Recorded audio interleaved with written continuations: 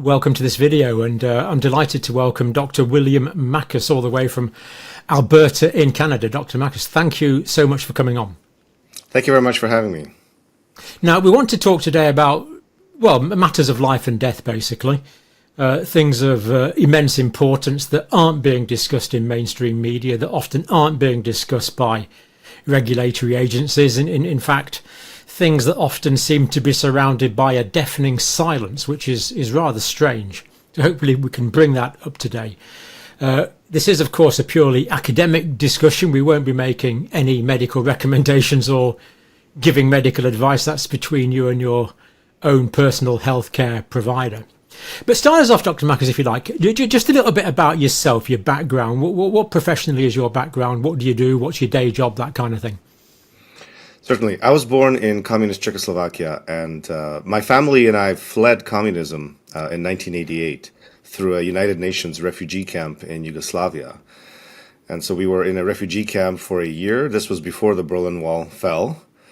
And my father had been persecuted by the Communist Party in Czechoslovakia. He had been targeted as a university professor. They wanted him, of course, to promote communism, and he did not want to. And so he felt the only option was to flee. And we were fortunate enough to be accepted by Canada.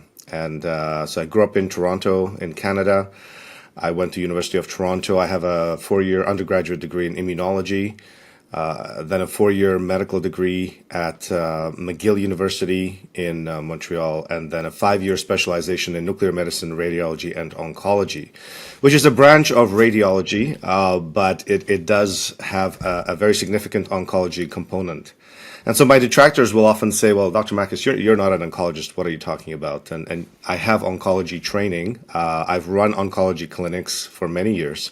And I have over 100 peer-reviewed publications in cutting-edge cancer diagnostics and cancer treatments.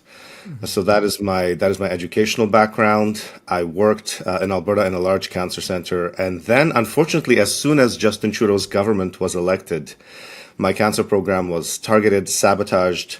And I had only learned later that the Trudeau government actually ended up copying my cancer program and my cutting-edge cancer work in another province in British Columbia for several $100 million worth of government funds. And the technology that I was working with was targeted radionuclide therapy, so targeted radiation. So, you know, when cancer patients get radiation therapy, we refer to it often as external beam radiation therapy. It's external radiation.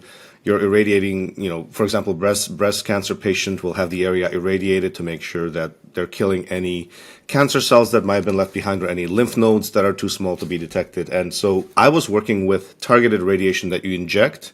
It's radiation that's attached to molecules or proteins that would deliver the radiation directly to the cancer and not irradiate healthy tissues. And so it was a much more advanced technology than external beam radiation. And unfortunately, the Trudeau government took it over. And, you know, what's very interesting is that the Trudeau government in Canada was getting into pharmaceuticals. It was getting into the pharmaceutical industry, investing heavily into various cutting-edge technologies. And as we found out later, you know, they would also invest into the mRNA vaccines as well. We have some mRNA vaccine factories being built in Canada.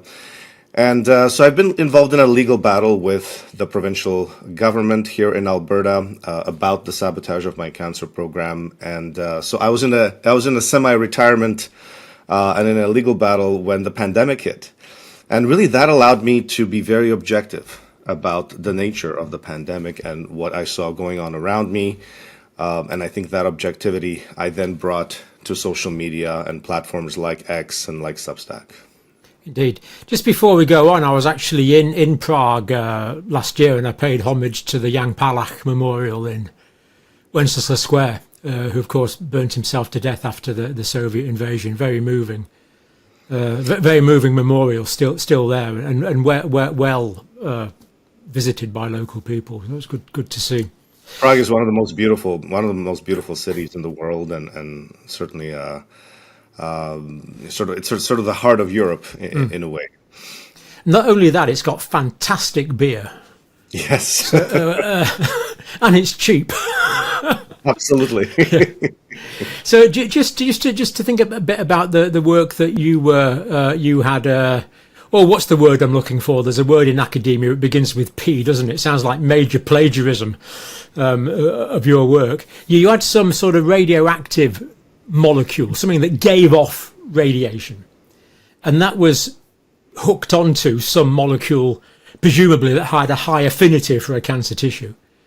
That affinity molecule would then hook onto the cancer, and the molecule emitting the radiation would only be a molecule's distance away and would directly radiate the cancer. Have I got the essence of that correct? Exactly. So the radioactive molecule would give off beta particles. It was chelated to a peptide that would deliver it directly to a receptor on the cancer cell. The half-life was 6 hours, so it was a short half-life. It would hit the cancer cell. It would render it enabled of replication, or it would damage the DNA of the cancer cell. Meanwhile, you wouldn't get any damage of the surrounding tissue. The patient would pee out the rest of the radiation, and it was done as an outpatient. They would get their injection, and then they would go home. Minimal side effects, and so I was a big fan of next generation cancer treatments, more targeted cancer treatments, instead of the old style chemotherapy where you would be hitting everything that was replicating rapidly, but you would also be hitting healthy tissue as well. Yeah. In recent years, have you seen an increase in aggressive cancers, higher grade cancers affecting younger people? What is sometimes called turbo cancer, and is that a term you like? I have seen this, honestly, and I first saw this phenomenon in 2022. That was when I first realized there's something else going on since the start of the pandemic that hadn't been properly characterized or looked at. I saw it among my colleagues, physician colleagues, who were coming down, young colleagues who were coming down with these extremely aggressive cancers, and cancers that behaved unlike anything I had seen before. And I have seen that since. I've seen that in nursing. I've seen that among teachers. These various professions that faced mandates at some point. And I'd seen this phenomenon, these very aggressive cancers, and they would kill the person very quickly. They would kill a person in a matter of 6 months. And so the behavior was very different. I alerted the Canadian Medical Association of this in September of 2022. I had alerted them that I had seen a number of my physicians' colleagues come down with these extremely aggressive cancers, and the term turbo cancer started to be used around that time as well. It's not a term I like. I don't like the term turbo cancer. It's not a medical term, and it's a term that someone who's sort of not aware of this phenomenon of these aggressive cancers may not take seriously. It's a term that doesn't sound professional, but it's a term that I think really appropriately describes what I believe is a brand new phenomenon in cancer, which is that some people are now developing extremely aggressive cancers that present at stage 4. Usually, we're not catching them early on, we're catching them quite late. Stage 3, stage 4 presentations. Young people, these are shocking. When you see young women in their 20s present with stage 4 breast cancer and they have no family history and they have no genetic markers that you can detect, no BRCA1 or 2 mutation, that's when you realize that something is really wrong here. Colon cancers presenting in young people in their 20s and 30s, we shouldn't be seeing that. I always refer to the case of cholangiocarcinomas. These are bile duct cancers where the average age was 70. The average age of presentation. This is a cancer of the elderly, and yet we have 20, 25-year-olds presenting with stage 4 cholangiocarcinoma, something that I'd never seen in my career. And so there is something new happening. The term turbo cancer has stuck. I believe it appropriately describes the very aggressive nature of these cancers. They grow very rapidly. They metastasize and spread.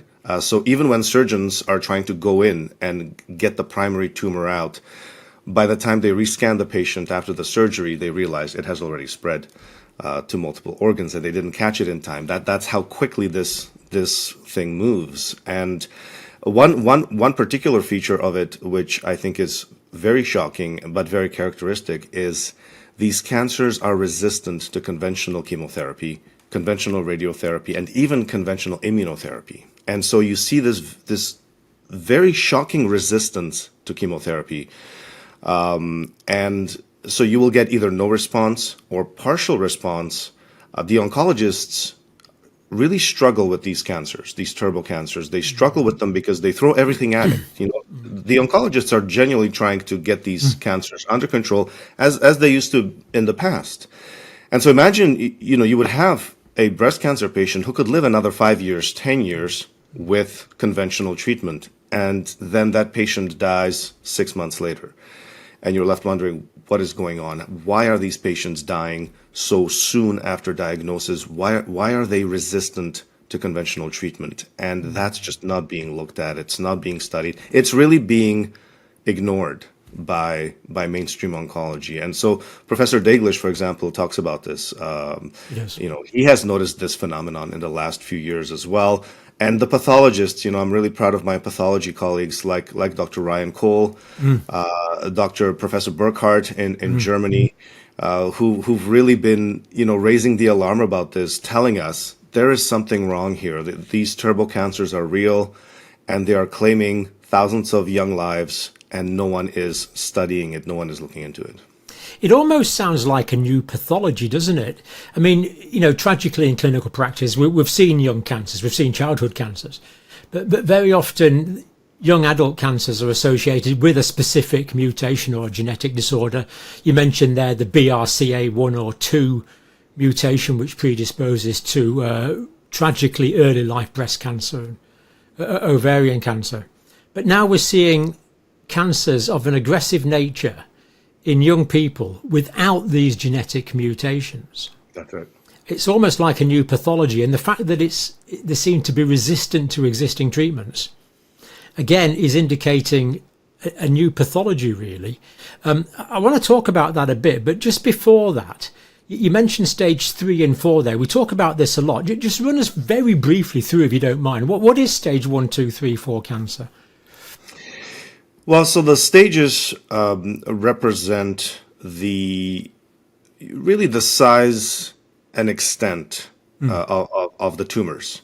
And so if we take breast cancer as an example, stage 1 would be a small tumor, 1 centimeter, 2 centimeter. Then stage 2 would be a larger tumor. And then usually you often have spread to local lymph nodes.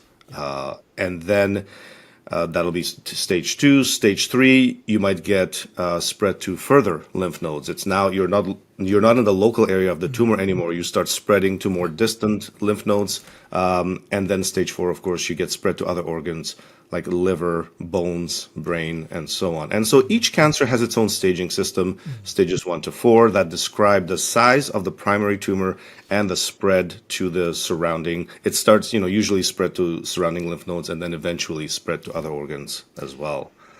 But when we talk about stage 4, we're talking about metastatic disease.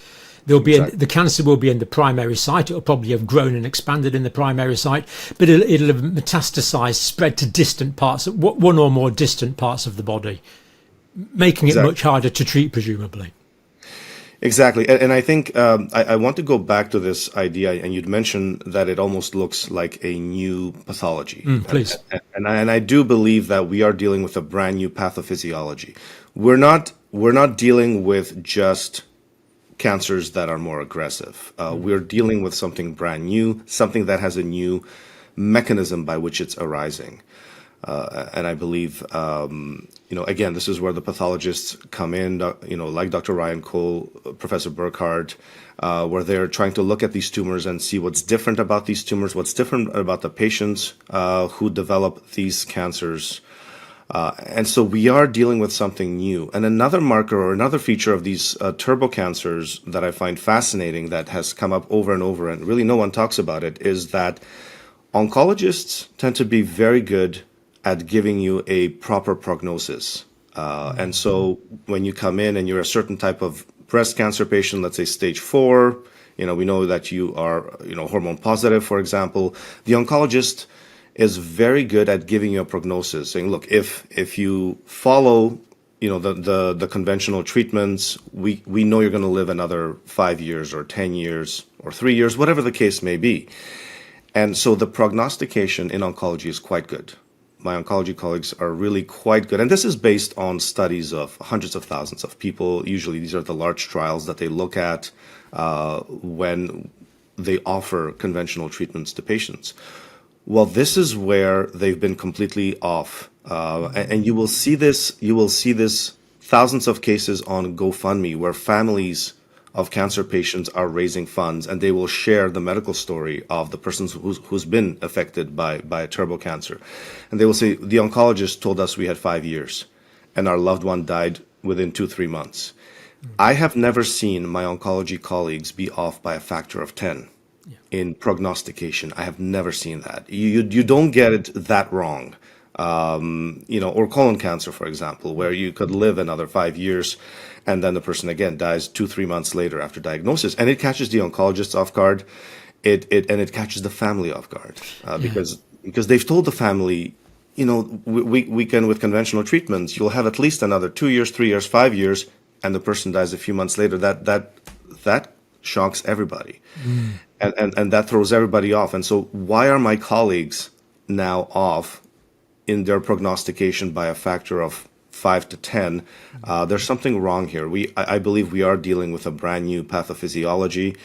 I believe it's something that should be seriously looked at. And unfortunately, we're stuck in the situation where some of my colleagues who are seeing this, like Professor Daglish, for example, we will look at the literature. We will look at the published literature and understand that there are dozens of papers that are looking at aggressive cancers and the manner by which they may be arising, and there are case reports and so on. And yet, on the other hand, when you'll have doctors in the mainstream and in academia saying, well, there's no such thing as turbo cancer, and when you put it in the search engine, no literature comes up, and you have Wikipedia, which will say turbo cancer is a conspiracy theory, it's a alternative medicine, fringe medicine, it doesn't exist, right? It's not a thing, it doesn't exist. And that's not science. That's not science when you have a phenomenon in front of you, to say, this doesn't exist, this is not happening, and this is not real, and cancers are not increased, and, cancers are unchanged.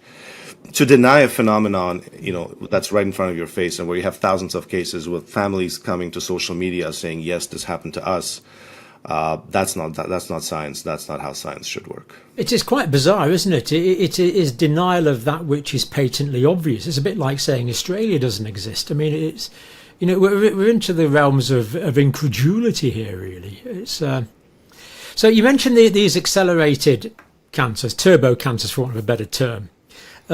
Are we seeing like a group of turbo cancers and a group of what you might call traditional cancers as well? So are we seeing a group of cancers that still carried on where the oncologists are still getting it right? Absolutely. So we kind of get two streams of cancers, really.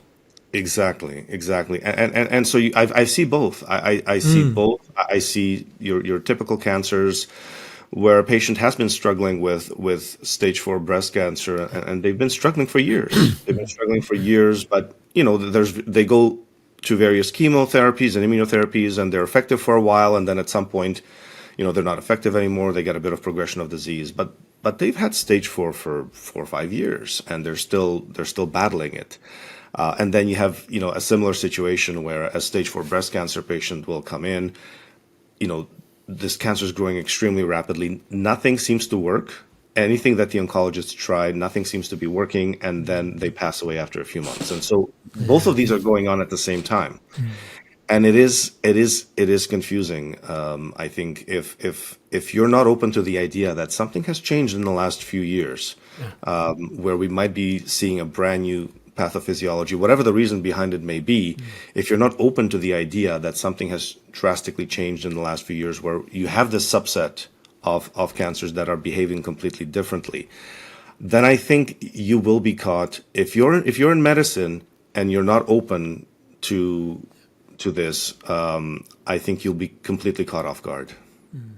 Which seems to be happening on a huge scale, I think it has to be said, at the moment. Now, what sort of, if we use this reluctantly use this term turbo cancer, what sort of primary sites are we seeing? Where are these cancers originating? And is there a typical sort of metastatic pattern? So, for example, in the colon, you would expect it to go to the liver. If the prostate, you might expect it to go to the bone.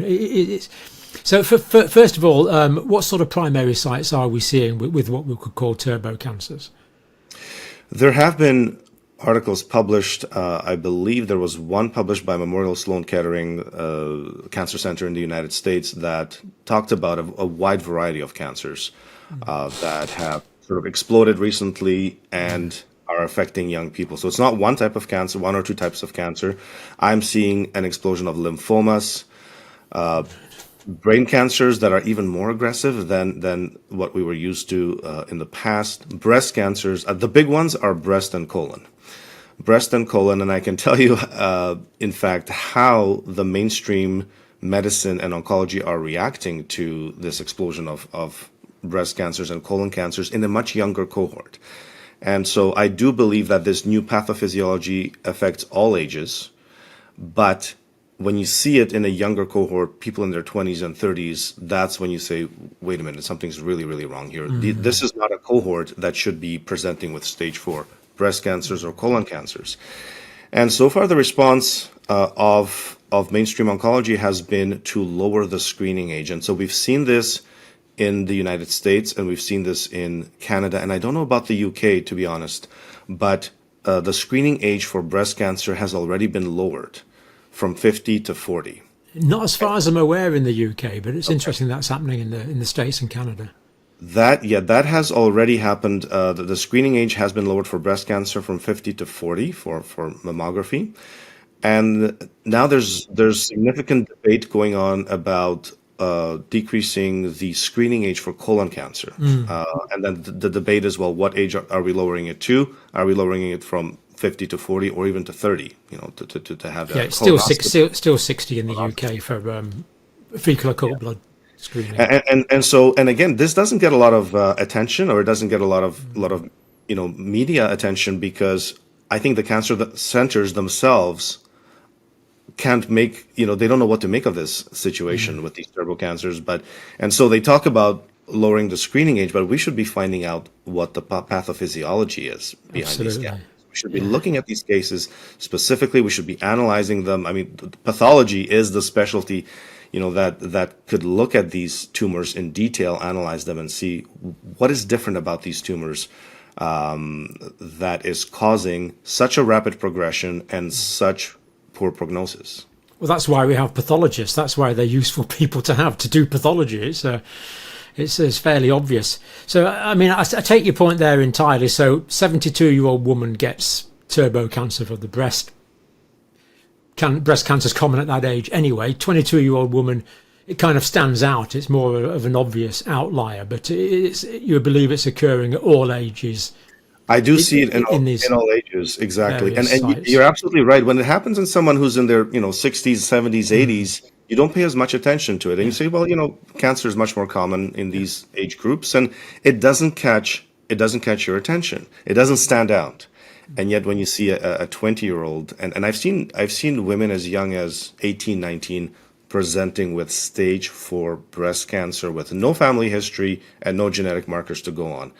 And if that isn't a red flag or an alarm bell for the medical community and for oncologists, I don't know what is. I mean, that is unheard of unless you're in a post-Hiroshima situation. It's just unheard of, isn't it? Absolutely. Just doesn't happen. Absolutely. Yeah.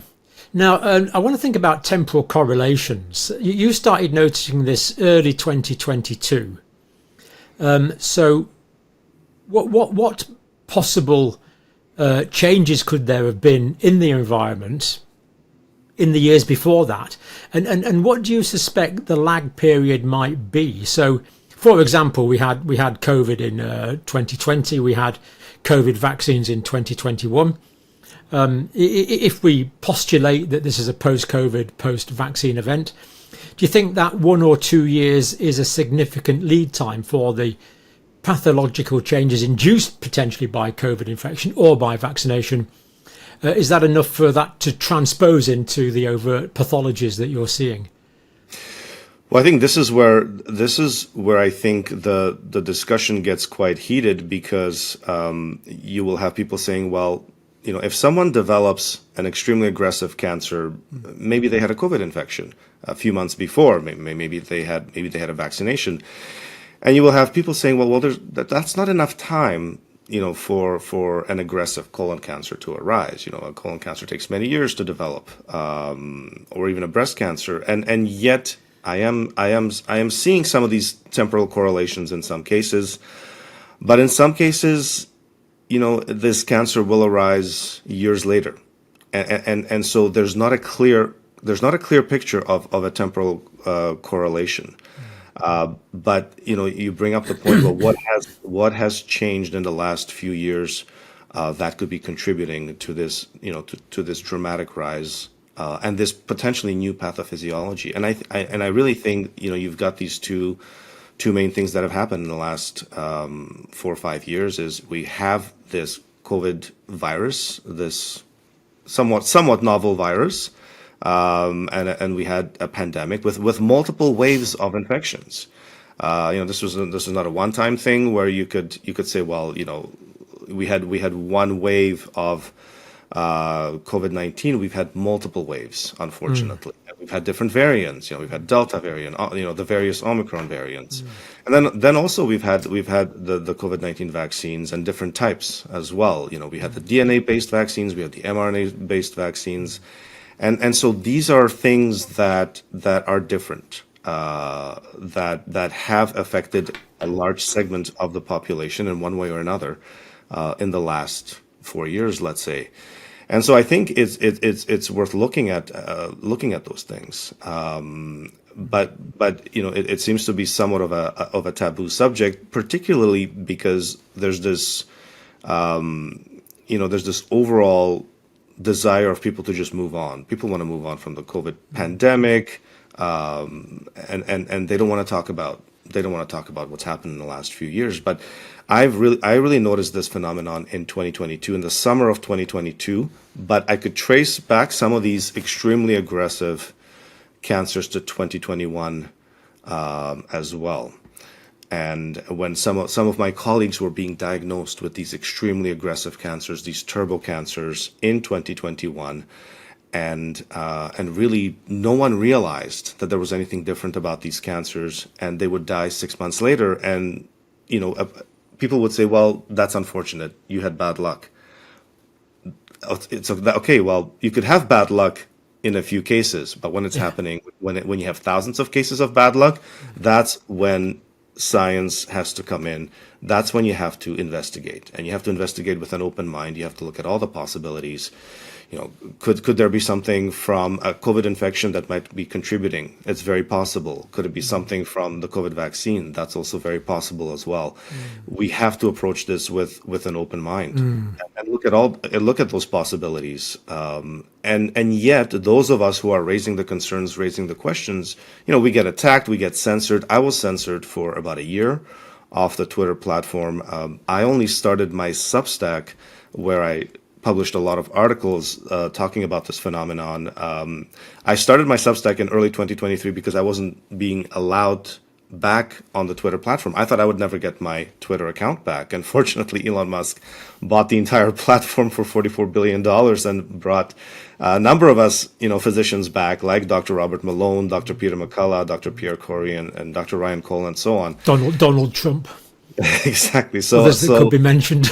I feel blessed and fortunate to have my voice back, because in 2022, when I was raising these concerns, I was writing letters to the Canadian Medical Association. I was being ignored. I didn't have a social media platform. So I was effectively censored during a time when I was trying to raise concerns about turbo cancer, about this new pathophysiology that was affecting people, these stage 4 cancers that no one can quite explain why they behave the way they behave. I didn't have a platform. I was completely censored at the time.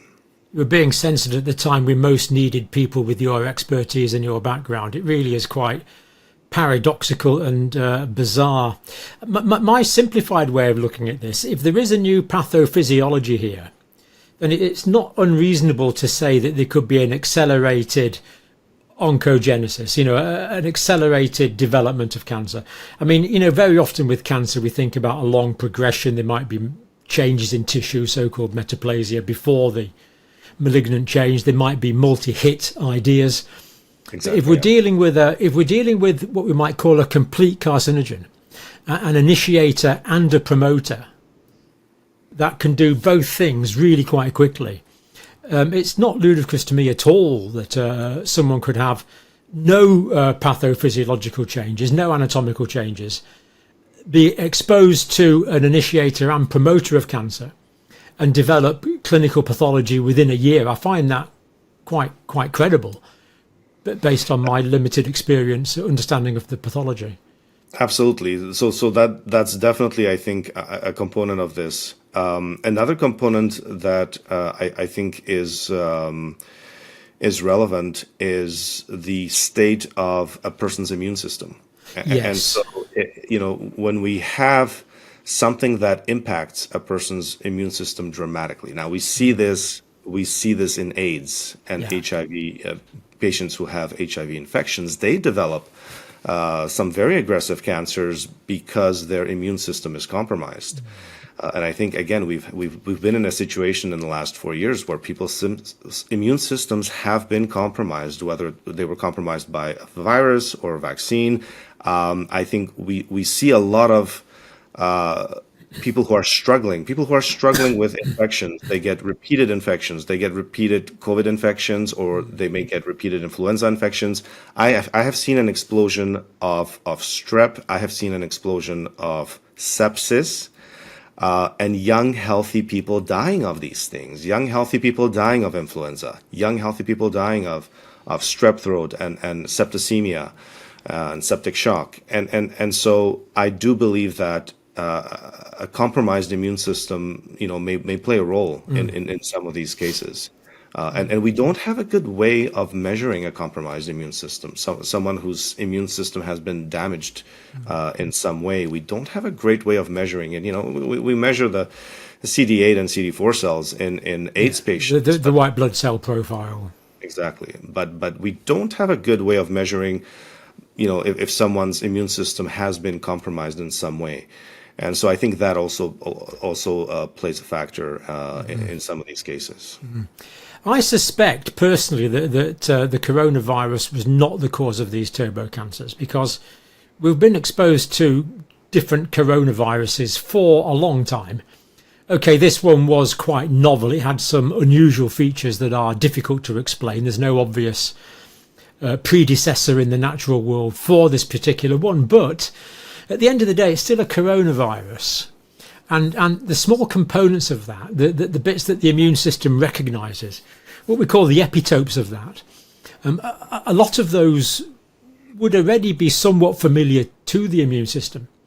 So I suspect we're looking at something other than the coronavirus that occurred in 2021.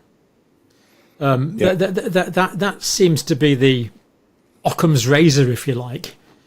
I think so, and I think, and the other part of it is also looking at populations that are affected.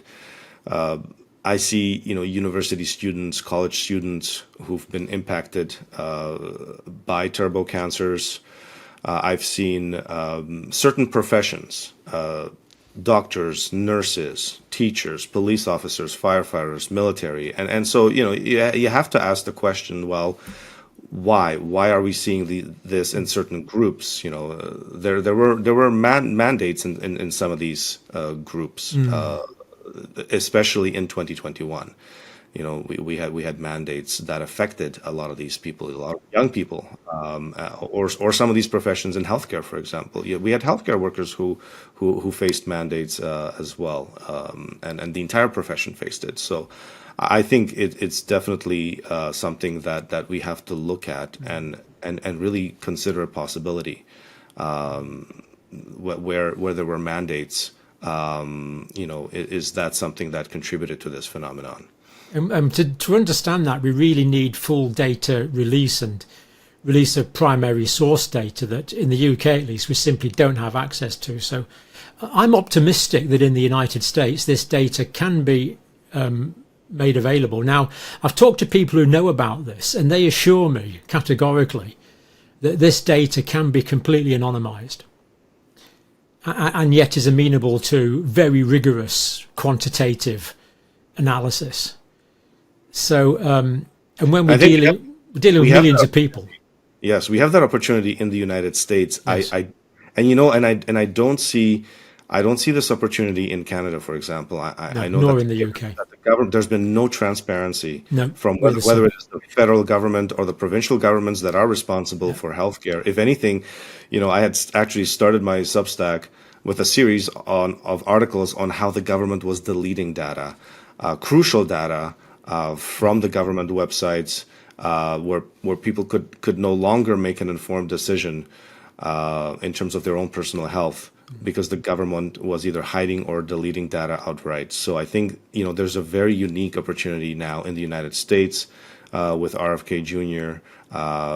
Being confirmed, which I believe he will be confirmed, and I think he's expressed a strong desire to look into this, and really a strong desire for transparency in science. And that's what we need. We need transparency in science to do proper science. Across the whole field, this is just one particular example, really, but let's hope there's been no data accidentally deleted in the United States in the past few weeks. Let's hope that is the case. Dr. Marcus, that's absolutely fascinating. I've let that run a while to unpack that. I think that's really well worth doing. Absolutely important to document that. But we do want to go on and talk about novel approaches to treatment, to treating cancers, and particularly I want to talk about repurposed drugs. Drugs with a known safety profile, very often very safe. Drugs that have been used for decades. Drugs that have been used on, without exaggeration in the case of ivermectin, billions of people. Drugs which are very cheap. Drugs which can be manufactured literally by the ton, relatively cheaply, because they're often fairly simple molecules. And drugs which may well be highly efficacious against the disease they were originally designed for, or developed for, or isolated for. But then, out of lucky accidents, really, or serendipitously, amenable to treating other conditions. And we have a lot of precedent for this. So aspirin, for example, from willow bark was initially used for treating fevers. Now we realise it reduces platelet viscosity and can prevent blood clotting and various other anti-inflammatory things. So this is not unique. This has happened quite a few times. I mean, there was a drug introduced for treating myocardial ischemia for angina, and it was later used for treating impotence as a surprise finding. So this isn't unusual. But what first arose your interest in repurposed drugs in the field of oncology? I've started getting into repurposed drugs when I started my Substack in early 2023, and I really wanted to do a deep dive into early treatments for COVID-19. Treatments such as ivermectin, hydroxychloroquine, and I wanted to know for myself, were these effective in COVID-19? Were they not? What was the science? What was the research telling us? And of course, whenever you want to do a deep dive into a topic like that, you have to read the papers. And so I went and I read paper after paper, and I read dozens and dozens of paper, and I was particularly fascinated by ivermectin. Why this antiparasitic drug was the focus of so much attention in the United States, to the point where the FDA is telling people not to take it, and yet we have, as you mentioned, we have decades of prescriptions given of ivermectin. I think 4 billion doses at this point. Excellent safety record around the world. Unquestionable safety record established around the world. And yet, why was this a focus of such controversy and attention? And as I dove into that research into ivermectin, hydroxychloroquine, and so on, I discovered a large body of literature.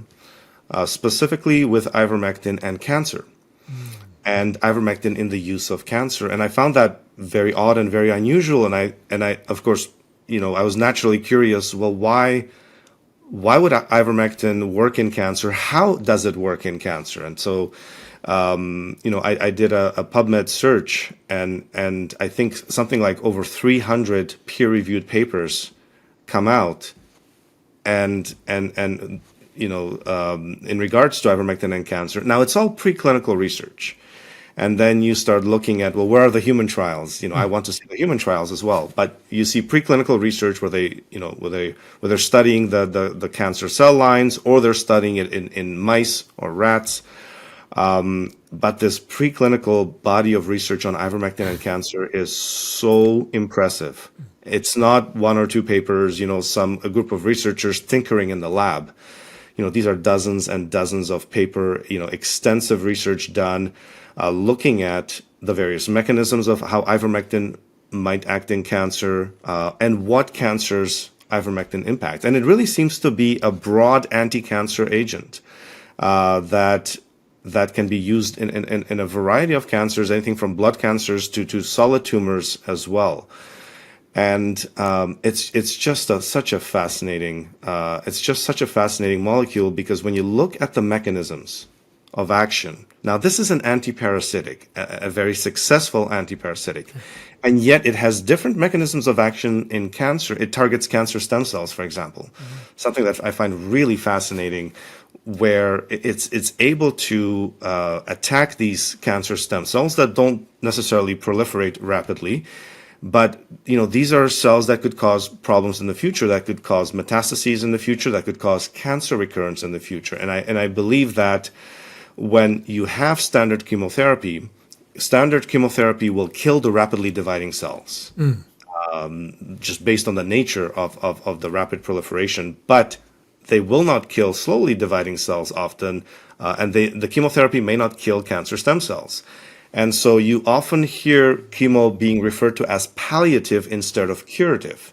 The intent is palliative to, they will tell you cannot cure stage 4 pancreatic cancer, for example. You cannot cure stage 4 ovarian cancer. We can buy you time with chemotherapy, which will kill most of the cancer and shrink a lot of the tumors and so on, but it will not kill the cancer stem cells.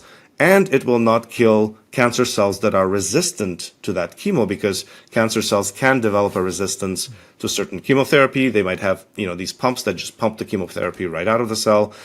And so in some cases, like ovarian cancer specifically, these tumors can develop a resistance to chemotherapy. That's why the oncologist has to change the chemo and go to the next agent and so on. Well, ivermectin can kill cancer stem cells that chemo can't. Ivermectin can also reverse what's called multi-drug resistance in cancer cells. And so it can actually sensitize cancer cells to chemotherapy. It's also a radiosensitizer. It can sensitize cancer cells to radiation therapy, for example, as well. Now, it has other actions. It can inhibit the tumor's ability to form new blood vessels, so it can inhibit angiogenesis. Ivermectin also inhibits certain enzymes called matrix metalloproteinases, which are enzymes that detach cancer cells from the tumor and allow it to metastasize and spread to other parts of the body through the bloodstream. And so ivermectin will actually inhibit those enzymes, so that it inhibits metastasis of the tumor, for example. So when you look at it, there's a dozen different mechanisms by which ivermectin acts on the molecular level on cancers. And so then you ask the question, where are the human trials? Because that's what it ultimately comes down to. Yes, preclinical research is nice. We have hundreds of papers on ivermectin and cancer. Where are the human trials? And there aren't any. There are case reports. There's a case series on 3 patients with leukemia.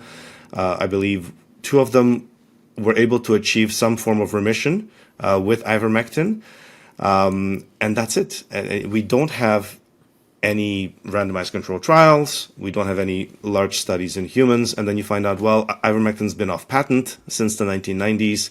I believe Merck held the patent. The patent expired in 96, I believe. And so it's a cheap drug that's off patent. And then you realize, okay, well, there's no money to be made in studying ivermectin in humans for cancer. And where there's no money to be made in oncology, tragically, the research just doesn't follow. Yeah. And so you see this focus, And this happens to a lot of repurposed drugs. And so, for example, you look at something like another antiparasitic, fenbendazole or mebendazole. Now, this is a different family of antiparasitics than ivermectin. Fenbendazole was actually interestingly discovered by a terminal cancer patient from Oklahoma, Joe Tippins. And Joe Tippins had stage 4 small cell lung cancer, which is one of the most aggressive cancers known.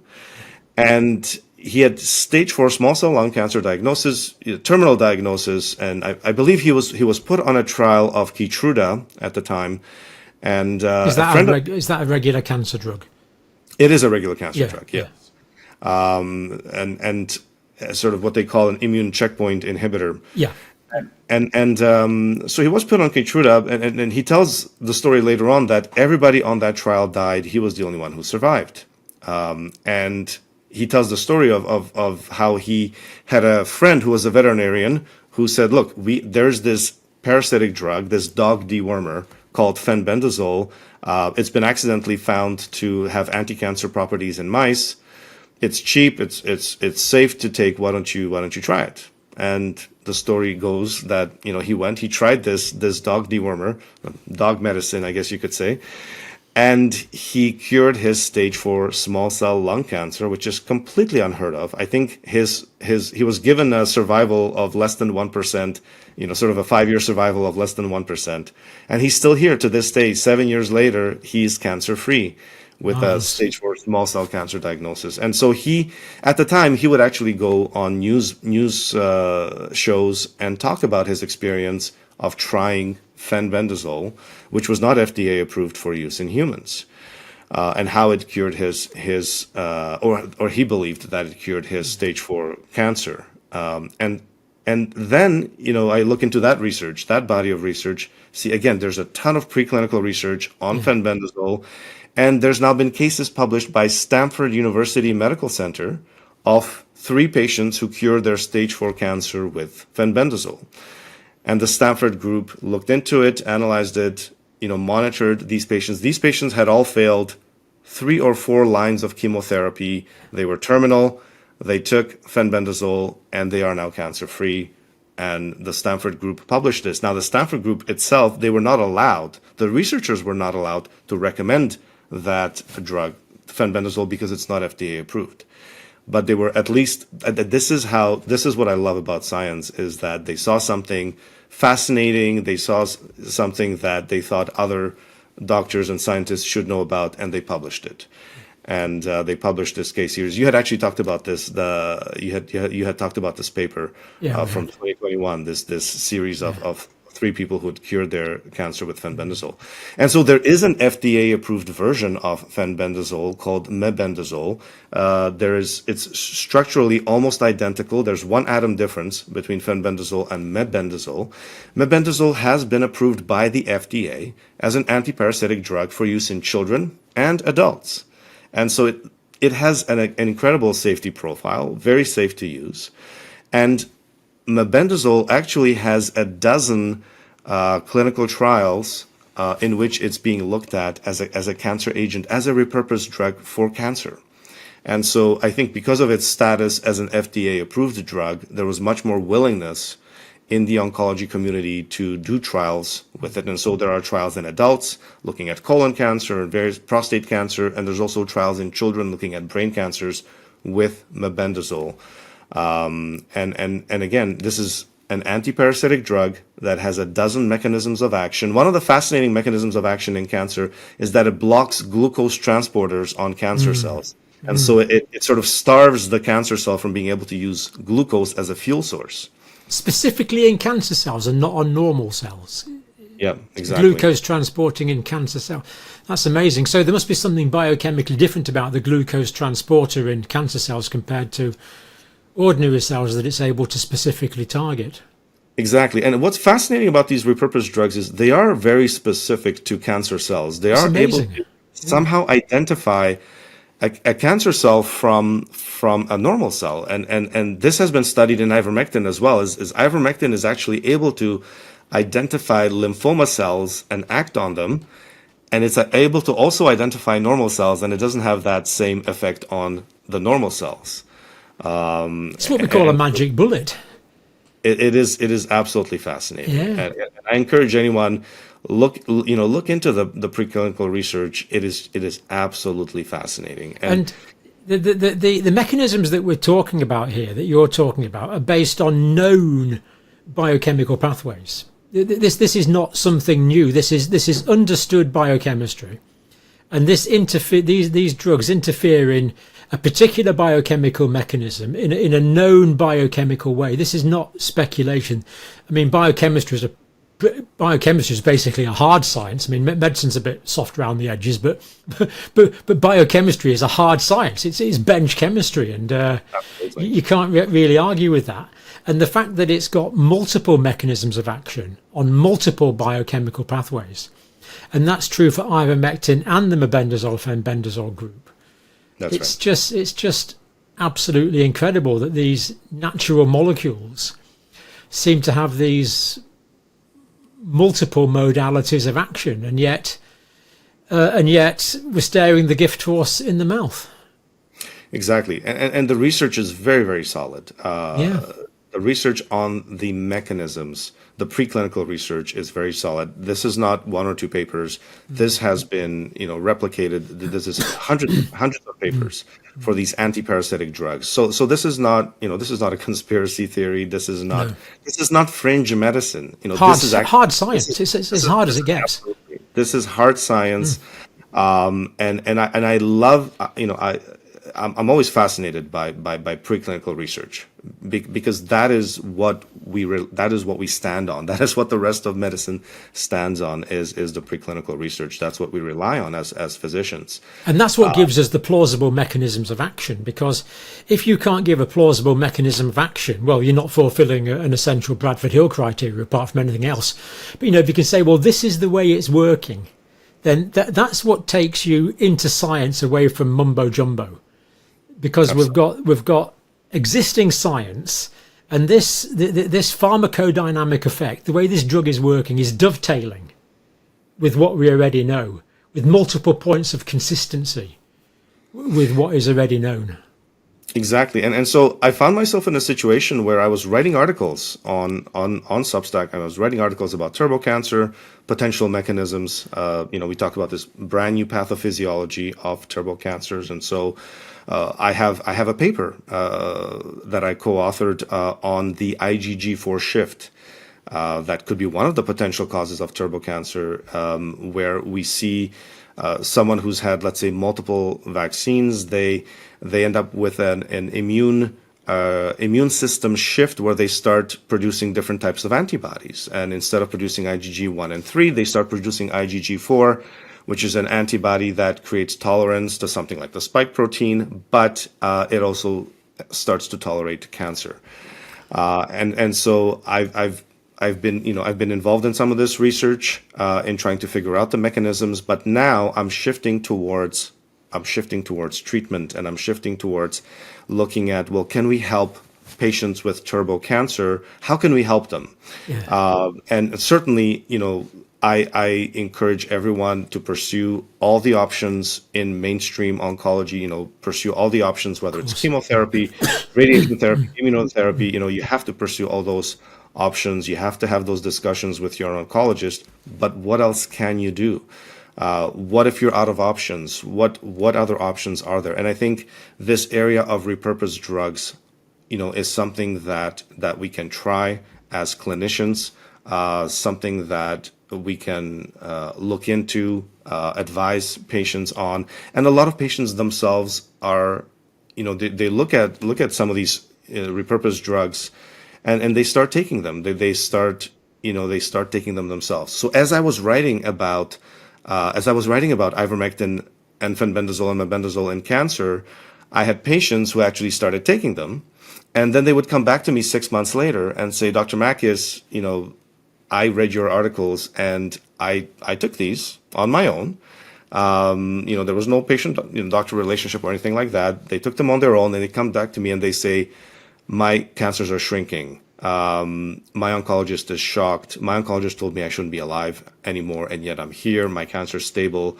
And so I kept getting story after story, and one or two stories you say, that's fantastic. I'm really happy for you. That's really terrific.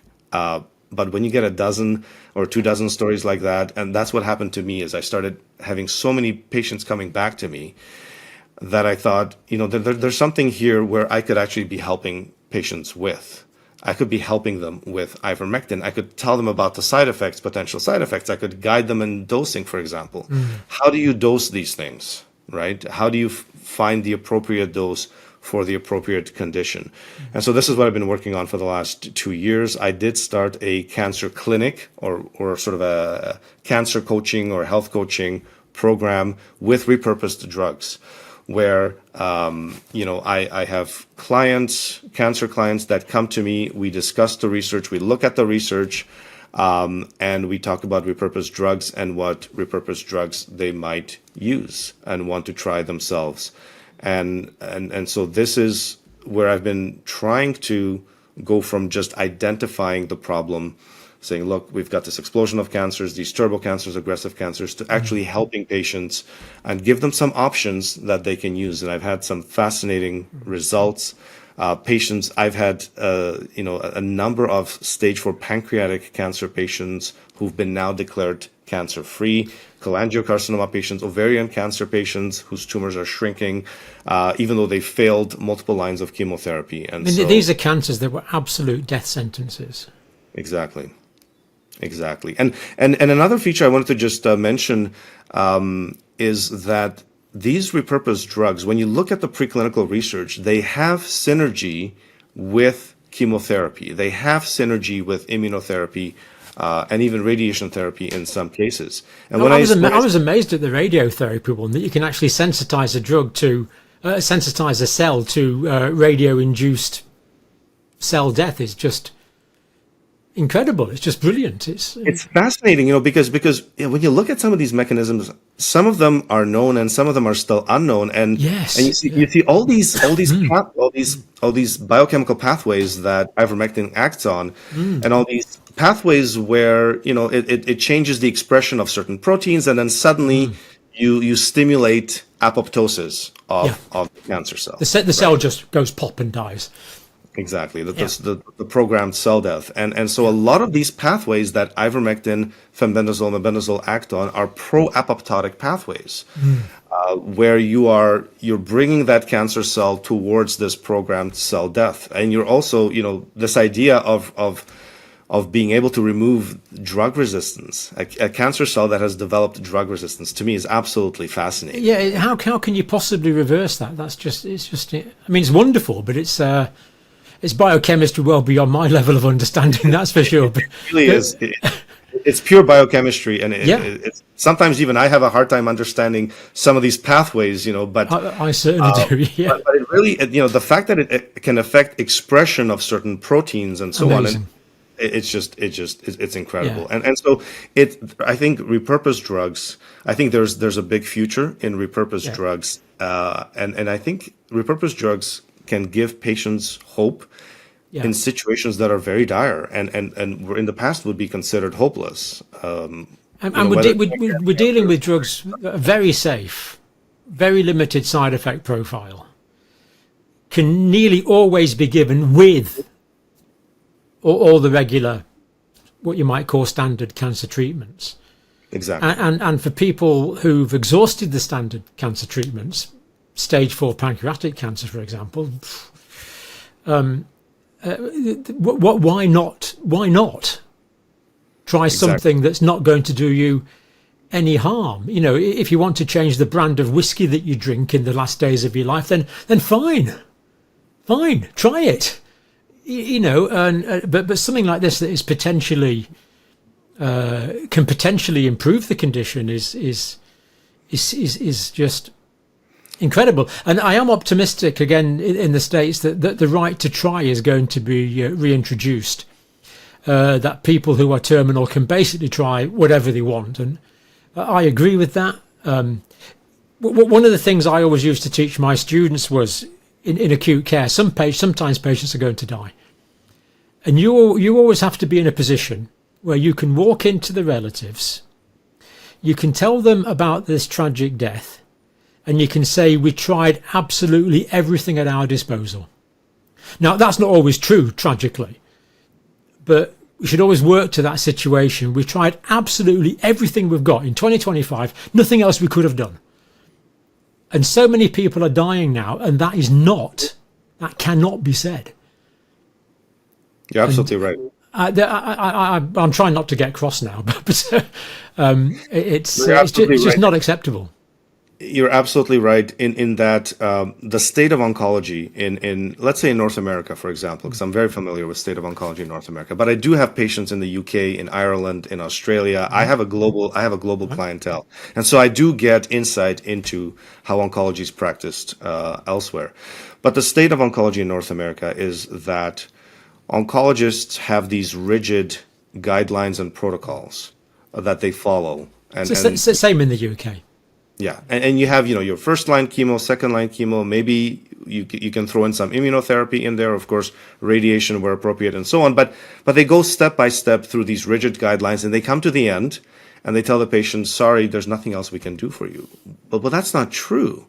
That's not true. There's a whole body, there's a whole area of let's say repurposed drugs that you don't even know about, that you don't even tell your patient about, and we run into this situation. I have patients from Mayo Clinic, I have patients from Johns Hopkins, Memorial Sloan Kettering, MD Anderson, Dana-Farber, these leading cancer centers in the United States, and the patients come to me and they say, my doctor's saying, I'm out of options, or I'm running out of options, or they have nothing else to offer me.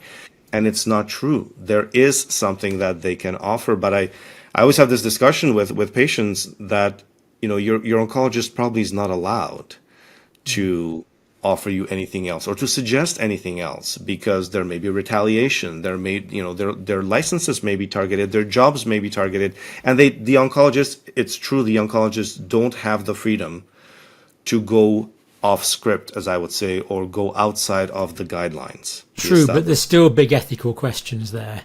Oh, absolutely. If I know something that might save someone's life and I don't tell them, that's got big ethical questions. But I want to enter a completely academic discussion now and look at doses of these drugs. If we start off with let's start off with ivermectin. What sort of doses might we be thinking about for maybe just give some examples of conditions that where you've got personal experience? The starting dose that I look at with ivermectin is 1 milligram per kilogram per day. Quite high. And it is a little bit high. I always say this is about five times the dose that you would use for COVID-19 or a parasite infection, for example. Yeah. Is this with what level of cancer is this with? Sorry. This would be with most cancers, sort of intermediate to high grade cancers. Now, for low grade cancers, you could certainly start lower at half a milligram per kilogram per day. And so, for a 60 kilogram person, typical starting dose would be about 60 milligrams of ivermectin. But for low grade, something like CLL, chronic lymphocytic leukemia, that's been simmering for many years, or maybe multiple myeloma, I start lower at half a milligram per kilogram. So that would be something like 30 milligrams. Right. Of ivermectin a day, and that's more in the range of a dose for a viral infection or a parasitic infection. Yeah. And is that 6 days a week? That's 7 days a week. 7 days a week. For how many weeks? So I suggest patients try ivermectin for cancer for 3 months, and I'll tell you the reasoning behind that. And then with a reassessment of some kind, looking at blood work, cancer markers, for example, or looking at follow-up imaging. The reason why I say 3 months is because, from my experience, I have seen a response to ivermectin on cancer markers as early as 3-4 weeks. So this is markers like prostate-specific antigen, PSA. We could see a drop in the PSA. We could see a drop in CEA or CA125. Or these other more specialized markers for breast cancer, for example. These are basically chemicals given off by the cancer cells. Exactly. And you can see those start to drop. Now they're not perfect tests, but they are surrogates for cancer activity, the level of cancer activity, or the level of tumor burden. How much active cancer is there that where these cancer cells are producing these markers. You could see those markers start to drop, and you can actually start to see the activity of the tumors start to drop on a PET scan, a positron emission tomography scan, in about a month.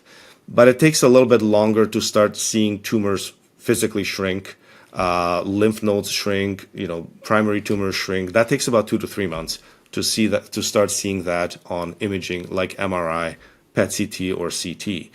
So you want to give it a good 3 months to see if you have a response. You could monitor it on the blood markers. Within a month or so, you could start seeing if there is a response, and then after 2-3 months, you could actually start seeing responses on imaging. And I'll tell you the most dramatic results that I've seen, and I get attacked from both sides. I get attacked from conventional oncology on this, and I get attacked from the sort of health freedom movement on this. But the best results I've seen in my patients are patients who are doing a combination of chemotherapy and ivermectin. And then combine it with either fenbendazole or mebendazole as well. But when you do the combination treatment, there's a certain synergy, and that synergy is documented in preclinical research, where you get a lot more cancer cell killing with the combination than with any of those agents by themselves. Well, it's consistent with what you were saying before about the sensitization of the malignant cells. Exactly. It does make sense, and there's precedent for this again. Things like low dose naltrexone can sensitize people to exactly conventional chemotherapeutic agents. So those sort of doses of ivermectin, we're talking about ivermectin on its own or with traditional cancer treatments. That's right. Yeah. So that's kind of almost like a monotherapy, isn't it, with ivermectin? Well, in the sense, the fact that monotherapy in terms of the pre-purpose therapy, you can be giving it with a range of other traditional oncologist prescribed drugs. Yeah, and so when you are giving it with chemotherapy, it's sort of an adjunct in the sense that you're sort of adding it into. You're adding it into your chemotherapy regimen, and patients will take the ivermectin throughout their chemotherapy regimen. I will tell you another fascinating story of a physician assistant I have in the United States who had already done 4 cycles of chemotherapy and started taking ivermectin, and I had suggested some dosing for him and so on. And the first thing he told me was, with my 5th cycle, I had no chemo symptoms. And he was playing golf the next day. And he said, usually the chemo will knock me out for 3 days. I can't do anything for 3 days. And, I started taking ivermectin, and then all my chemo symptoms were gone, and he was playing golf the next day. And he couldn't believe it. And the same thing happened the next cycle, and then the next cycle after that. And then his markers were dropping as well, and he was having a fantastic response. So if you only took it to reduce the side effects, that would have been worthwhile. Exactly. And so the ivermectin, in many cases, actually is able to reduce the side effects of the chemotherapy. And I think part of that may be because ivermectin does seem to have a very powerful anti-inflammatory component as well. And so I have other patients who don't have cancer, who I've guided with ivermectin. For example, patients with rheumatoid arthritis, whose symptoms improve dramatically, patients with fibromyalgia, patients with Lyme disease, for example. I've seen dramatic improvements in these situations where patients been suffering with a chronic inflammatory condition for many, many years, and they get rapid relief with ivermectin within a few weeks of taking ivermectin. And this would be, again, a lower dose, about 0.5 milligram per kilogram for these inflammatory conditions. So I've seen dramatic response for inflammation. But like you said, even if it was just for improving the patient's quality of life during chemotherapy, it would be worthwhile because the side effect profile of ivermectin is so favorable. Quite incredible. I wasn't aware of that, such a strong anti-inflammatory effect, I must say. Now the side effects with these sort of higher doses, are you seeing side effects? What side effects do you see? I'm seeing some transient side effects. If you've never taken ivermectin before and you You start at 1 milligram per kilogram per day. For a 60 kilogram person, that's 60 milligrams of ivermectin. You may have some transient visual symptoms. The visual symptoms have been described as seeing colors a little bit more vividly or seeing a little bit of stars. It's almost as if when you get up too quickly and you have that effect that you might faint. So there's been visual symptoms described. Now, these are temporary. They may last anywhere from a few minutes to a few hours, and they do go away with time. After 1 or 2 weeks of ivermectin use, the body seems to get used to it and they go away. Even maintaining the same dose of ivermectin. Exactly. Right. And so there's reports. I mean, there's reports in the literature of ivermectin being used at 1 milligram per kilogram for up to a year with no side effects, and there's been no long-term effects reported with ivermectin use either. Now, if no non-reversible neurological effects that you've ever come across. None. Now, you could push the dose higher to 2 milligrams per kilograms per day, but you have to be cautious when you go to those higher doses. Now, I've had some successes going to the higher doses, especially with very aggressive cancer, pancreatic cancer, for example. I had a patient who cleared his pancreatic cancer with a few months of ivermectin, 2 milligrams per kilogram per day.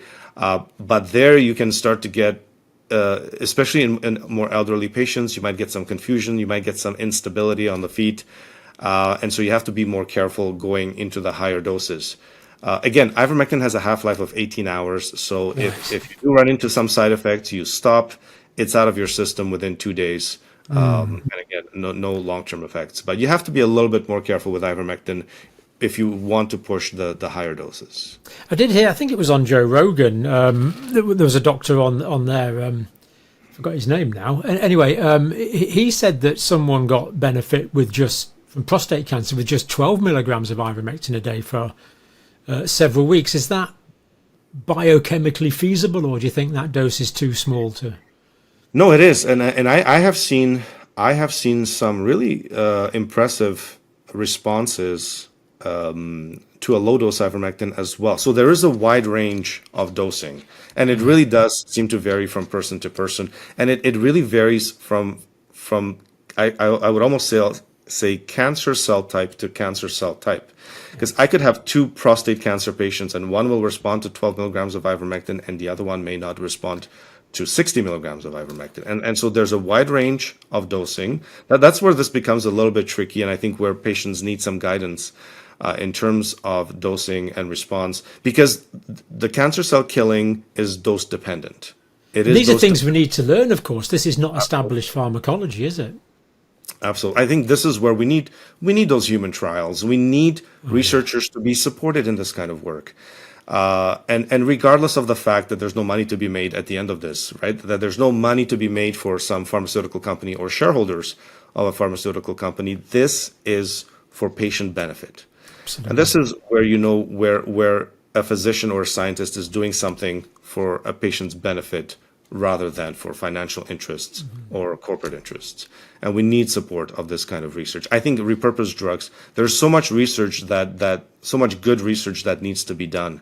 And so with this dosing of ivermectin, there's a wide range of effectiveness. And I have seen effectiveness as low as 12 milligrams. I can tell you, if you're combining it with chemotherapy, you can get away with lower doses of ivermectin. Interesting. And you will see a dramatic response. And the way most of my patients are not telling their oncologists that they're taking ivermectin. And I always, I'm of the opinion you want to be honest with your doctor. You should be honest with your doctor. Of course.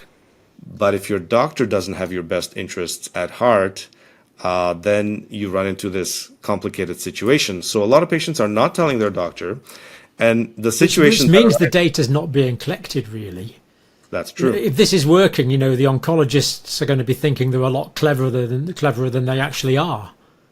Exactly. And so what happens is the oncologist then has a genuinely shocked reaction when they see an outcome of their chemotherapy regimen that they're not used to seeing. And I've seen this even with radiation oncologists, where tumors are shrinking after 2 or 3 radiation treatments, and the radiation oncologist is shocked. They're like, wow, you had an amazing response to just a couple of radiation treatments, because they're not used to seeing that kind of response. They have no idea that there's synergy going on with ivermectin, where the ivermectin sensitized the tumor And that's why the radiation is shrinking the tumors dramatically, but the radiation oncologist doesn't know that, and the patient is too scared to tell them, because most of the time when my patients have told their oncologist that they're taking ivermectin or fenbendazole or mebendazole, the oncologist has a very bad reaction, to the point, and this happens in the UK, this happens in Canada, this happens in Australia, to a lesser degree in the United States. The oncologist will actually threaten the patient that if they do something like this, that they'll drop them as a patient, which to me is very unethical. But this is what patients... that's bully boy behavior to me. Bullying. It's bullying, exactly. Yeah. But this is what patients face. And you know, I'll have patients tell me, I made a mistake. I shouldn't have told my oncologist. You know, I wanted to be honest. I wanted to be open.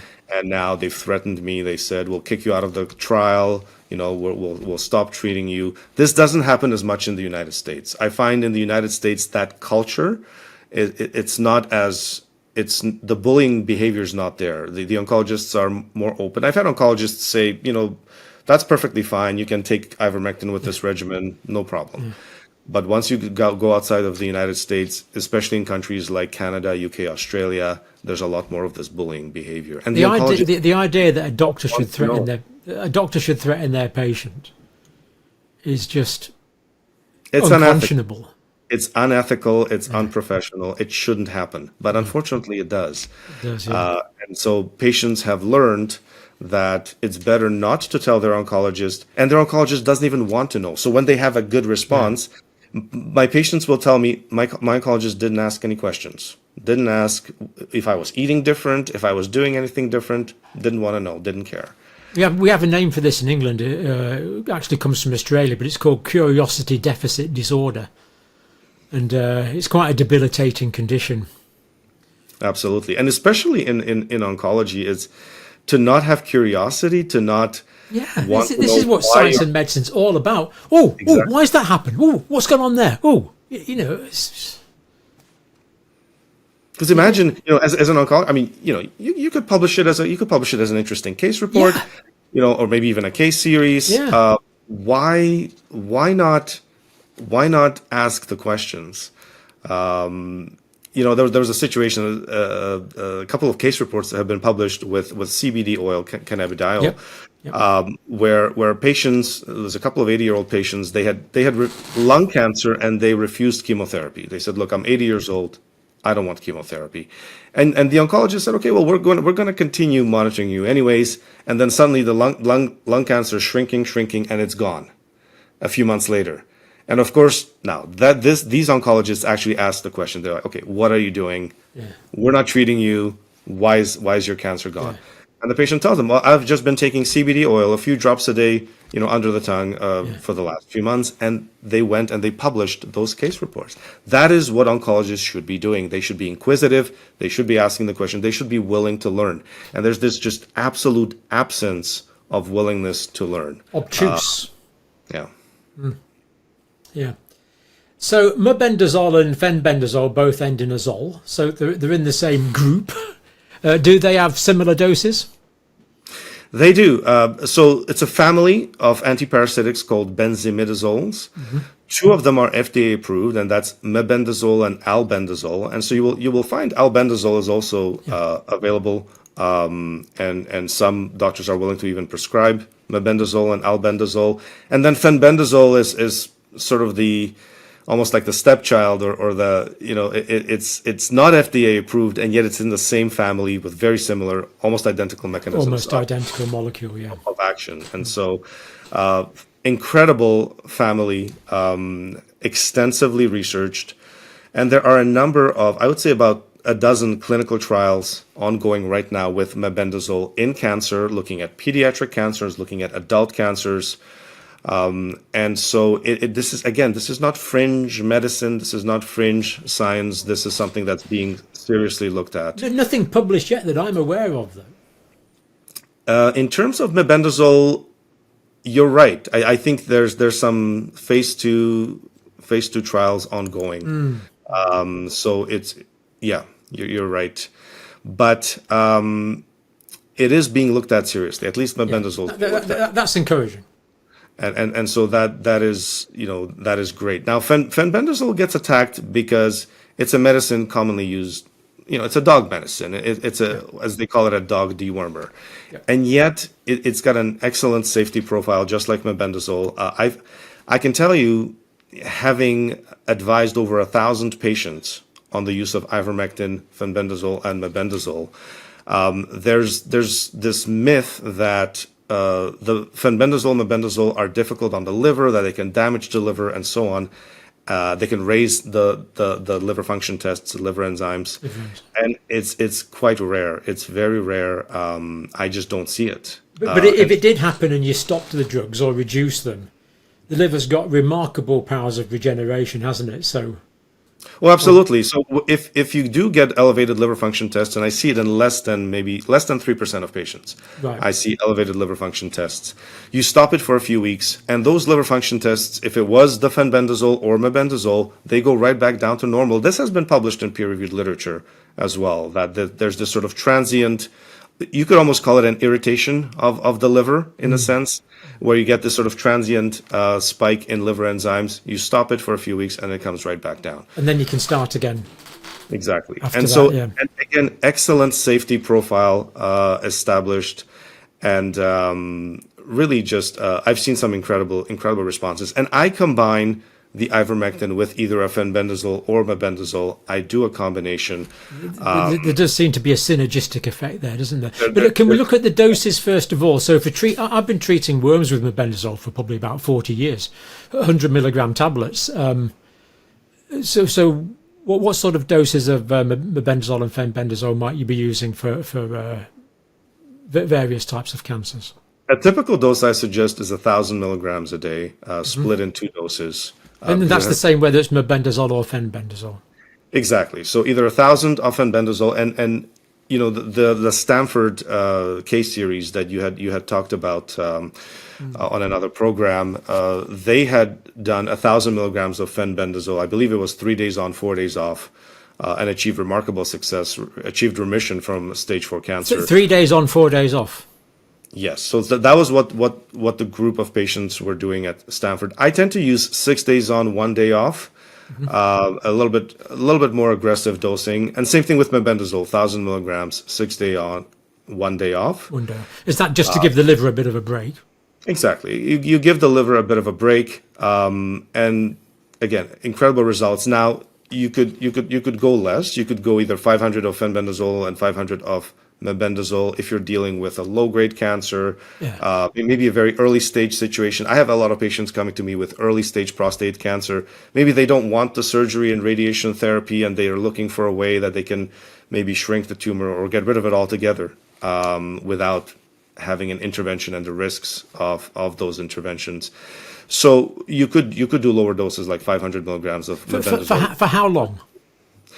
Again, I design my protocols for 3 months, and I've done this with ivermectin and fenbendazole and mebendazole, and it's roughly the same idea. Is you can start to see changes in cancer markers in about a month.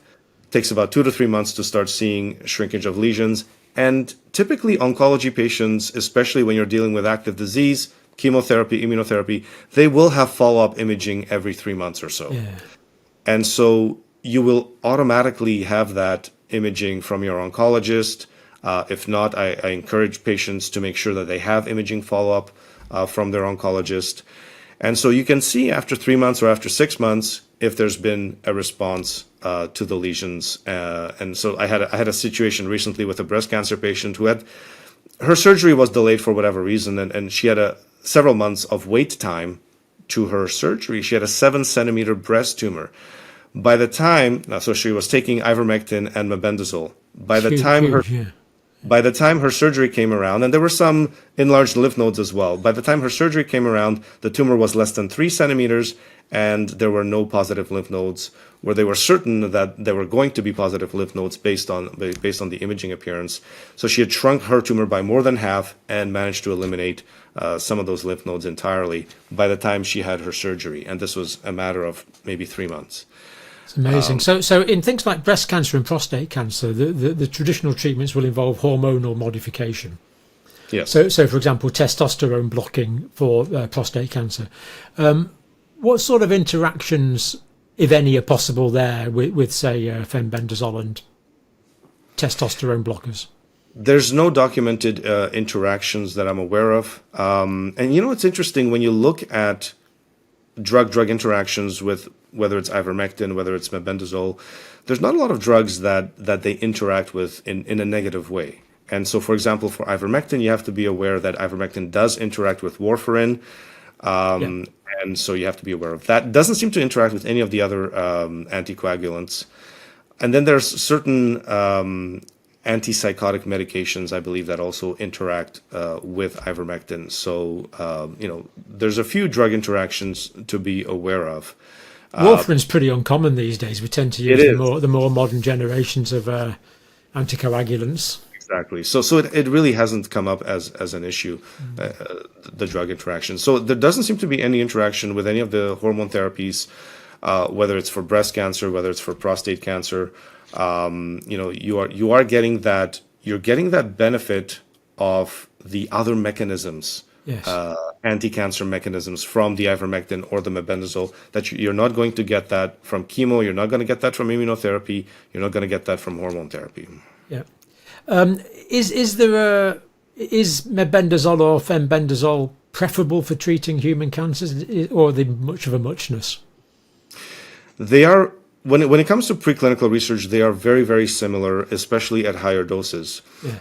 Mebendazole is preferred. Now, mebendazole has better penetration through the blood-brain barrier than fenbendazole, so it would be the preferred agent for any kind of brain tumors. Central nervous system. Yeah. Exactly, or brain metastases. And there are certain cancers in which there is more preclinical research for mebendazole, and this would be the squamous cell carcinomas, breast cancers, sarcomas. I'm just trying to think. It's interesting that you're getting really quite specific there, particular drug for particular pathology. So knowledge is accumulating rapidly in this area. That's right, and I do still lean heavily on peer-reviewed research, even if it is preclinical research. If there is preclinical research, I do want to lean on that. And I can give you one example actually for ovarian cancer, for example. Ovarian cancer, I prefer mebendazole over fenbendazole, and why is that? Well, there's researchers in South Korea who've discovered that when they researched fenbendazole for ovarian cancer, there's excellent response in vitro studies, but it doesn't translate to in vivo studies when they were looking at mice.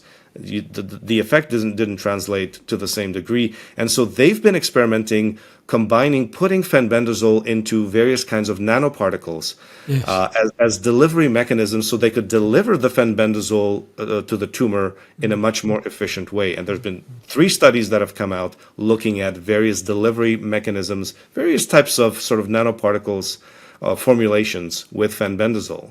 Because the solubility is fairly low, isn't it? That's probably why you need the higher doses.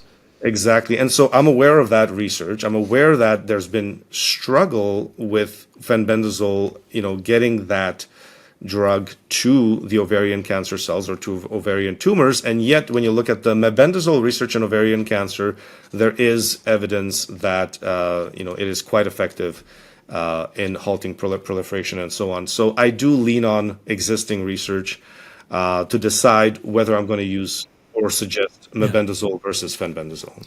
Interesting. How optimistic are you that as we know more, we'll be able to give, for example, ivermectin and fenbendazole together, enjoying the synergistic effect and being able to lower the dose? I think in a way I would say the cat is out of the bag in the sense that this information is getting out. Yeah. And it's getting out on platforms like X. It's getting out on platforms, it's getting out on through Substacks. There's other authors, writing about using ivermectin, fenbendazole, or combinations thereof. And so once information gets out, and you no longer have this suppression, because I would say the oncologists in a way are suppressed in that oncologists who did pursue non-conventional treatments historically have been targeted. Their licenses have been targeted. Their reputations have been targeted. They often had to flee the country. You know, we have a doctor in Canada who was using repurposed drugs, Dr. Khan, who had to flee Canada after years of battling with the College of Physicians and Surgeons, and now he's in Florida and he's got a clinic in Florida. He had to leave the country. And other doctors look at that and say, well, why would I risk my career and the well-being of my family to pursue repurposed drugs? I'm just going to stick with the guidelines that I get from the American Cancer Society or Canadian Cancer Society, and I'll be fine, right? And so the culture has been very unfavorable towards repurposed drugs or unconventional treatments, but that's changing, and I think it's just the sheer amount of information that is getting out right now.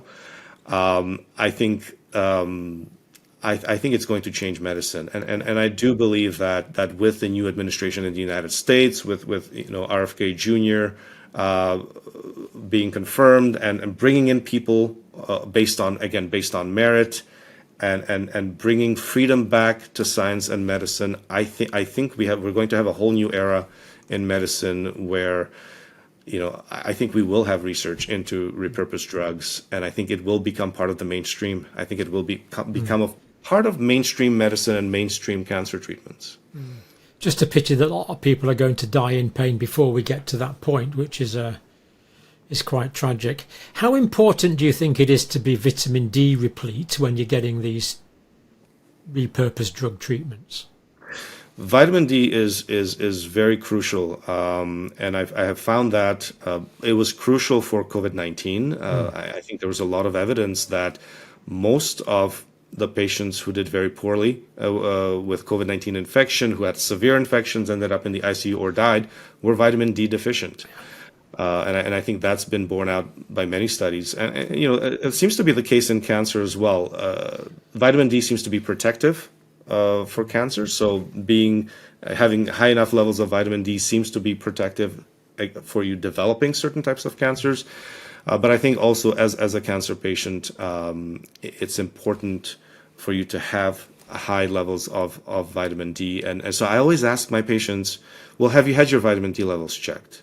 And they always say no. And they always say, my oncologist hasn't even brought it up. My oncologist hasn't tested me for vitamin D. I find that bemusing.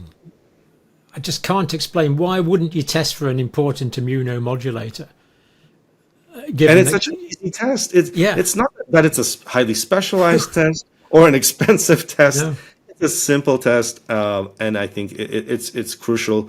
And so I suggest high doses of vitamin D supplementation, at least 10,000 units a day. If someone's low, for sure, yeah. Exactly, and to have their levels checked. And I said, look, if your oncologist is not willing to do it, get your family doctor to check your vitamin D levels. But very, very important for the immune system. Well, it wouldn't work in the UK because GPs have been told not to test for vitamin D unless someone's got rickets.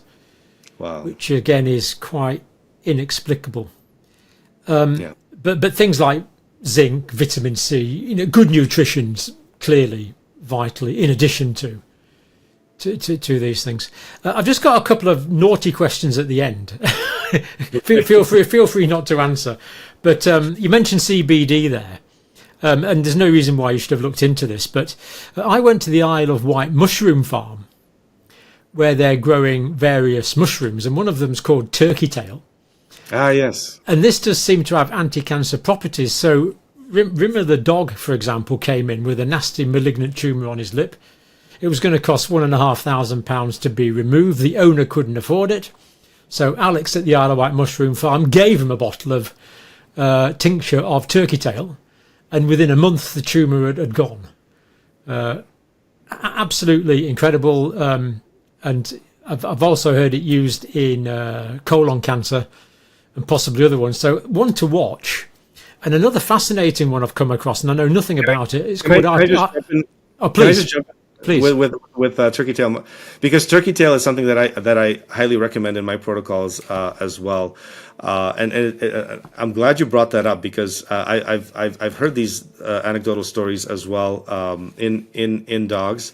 responding to turkey tail. There's again a ton of preclinical research on turkey tail. And what's fascinating about turkey tail mushroom is that it's an immunomodulator as well, and it stimulates my understanding is that it stimulates the immune system to produce more cytotoxic cells, immune cells that attack and fight cancer. Whether it's CD8 cytotoxic, exactly cytotoxic T cells or natural killer cells that will then help the patient fight cancer. And so I do suggest taking that as a supplement if you have cancer. I think the whole area of medicinal mushrooms I think is fascinating as well. Whether it's reishi mushrooms, lion's mane, chaga. I could tell you some stories. It's not for this video, but I could tell you some amazing stories about lion's mane. Quite neuro regeneration stories that are really quite. I think that's another incredible area of research that we should be looking into and researching. So the guy at the Isle of Wight mushroom farm, Alex, he makes turkey tail because it's very woody. You can't chew it. You could grind it, of course, but he actually makes it into a tincture. So he basically soaks it in vodka for 3 months, and you end up with about 30%. You don't need much, and he thinks that you get more out of it in the tincture form than you do just dried. So I think that's an area for future research, but it makes sense that the alcohol can get more of the intracellular component of the turkey tail out. That's absolutely that's you get more of the bioactive compounds out, and I believe that in each of these I find whether it's turkey tail mushroom or some of the other mushrooms is there's such a rich variety of bioactive compounds, the polyphenols and so on, the terpenes, that with the alcohol you can extract some of these really quite nicely and get the benefit. Get the benefit of it through extraction. We really need more artisan growers. There should be like a mushroom grower at the end of in every suburb, so you can just trot along and get some nice fresh lion's mane and slice it up and eat it for your tea. It's a pity that it's not more readily available. And the other one, just to close really, Artemisius annus is another one I've started looking at. That's right. Yeah. It's got another more popular name. I can't remember now, but again, it does seem to have anti-cancer properties. I know nothing about it, but what's fascinating, cheap, readily available. Exactly. So Artemisia annua is another one of these. So that's a plant that actually won the Nobel Prize. It did 2015. Yeah. Exactly, and it's widely used as an anti-malarial agent, and it's being looked at for cancer. There is a lot of preclinical research now building on Artemisia and cancer. Now, some of the compounds, bioactive compounds in the plant Artemisia annua, have been extracted and sold as supplements on their own. So that's artemisinin. Artemisinin is one of them, and artesunate is another one. And so you can get either the whole plant, you can get supplements of the whole plant where you have the variety of the bioactive compounds, or you can get just eating the leaves basically. Yeah, or you could make tea out of it. And so it's something that I've been trying to incorporate, but patients, they just, most patients don't know about it, and they find it very confusing. And when it's something that you've never heard of, it's always hard to convince someone to try. But I think this is another one that it's a sleeper. It's not well known in North America. It's much more known outside of North America. That would be my experience. A lot of the research. Italy, I think it's fairly well known. Italy, in other countries around the world. And again, a big one. I'll tell you a quick story about Artemisia. When the COVID pandemic hit, people in other countries started taking Artemisia annua to treat COVID-19, and it does treat COVID. And so the WHO came out and said, "Don't take it because you don't know what you're getting, and if you're taking the plant, you don't." Anyways, so there was an advice. This is the plant that won the Nobel Prize along with ivermectin in 2015. But apart from that, yes.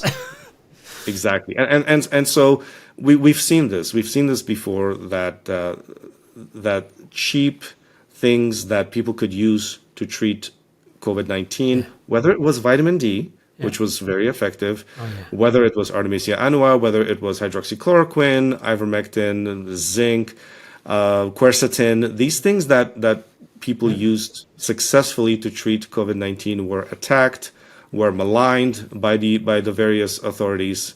And it's just such a shame that happened. We refer to them as early treatments for COVID-19. If you had, started some of these very early on, you would not have had. Well, I've talked to doctors in Africa there was one hospital in Zimbabwe where they didn't have any oxygen, no oxygen.